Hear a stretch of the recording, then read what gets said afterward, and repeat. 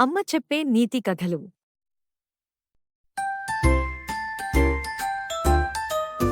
అడవిలో చిన్ని అనే చిన్న ఏనుగు పిల్ల ఉండేది. చిన్ని చాలా బలమైనది, కాని దాని బలాన్ని తప్పుగా వాడేది.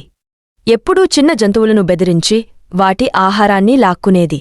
ఒకరోజు చిన్ని నడుస్తూ ఉండగా దాని కాలు ఒక పెద్ద గొయ్యిలో చిక్కుకుంది. ఎంత ప్రయత్నించినా బయటకు రాలేకపోయింది.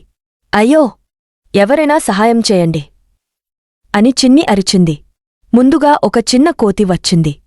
అది చిన్నిని చూసి, నువ్వు నా పళ్ళు దొంగిలించావు, నేను ఎందుకు సహాయం చేయాలి? అని వెళ్ళిపోయింది. తర్వాత ఒక జింక వచ్చింది. నువ్వు నన్ను ఎప్పుడూ తరుముతావు, నేను సహాయం చేయను అని అది కూడా వెళ్ళిపోయింది. చిన్ని చాలా బాధపడింది. తాను చేసిన తప్పులు అర్థమయ్యాయి. అప్పుడు అక్కడికి చిన్న చీమల గుంపు వచ్చింది. చీమలు చిన్నితో, మేము నీకు సహాయం చేస్తాం, కాని ఇక నుంచి నువ్వు మంచిగా ఉంటావని మాట ఇవ్వు అన్నాయి. చిన్ని, నేను ఇక ఎప్పుడూ ఎవరినీ బాధపెట్టను అని మాట ఇచ్చింది.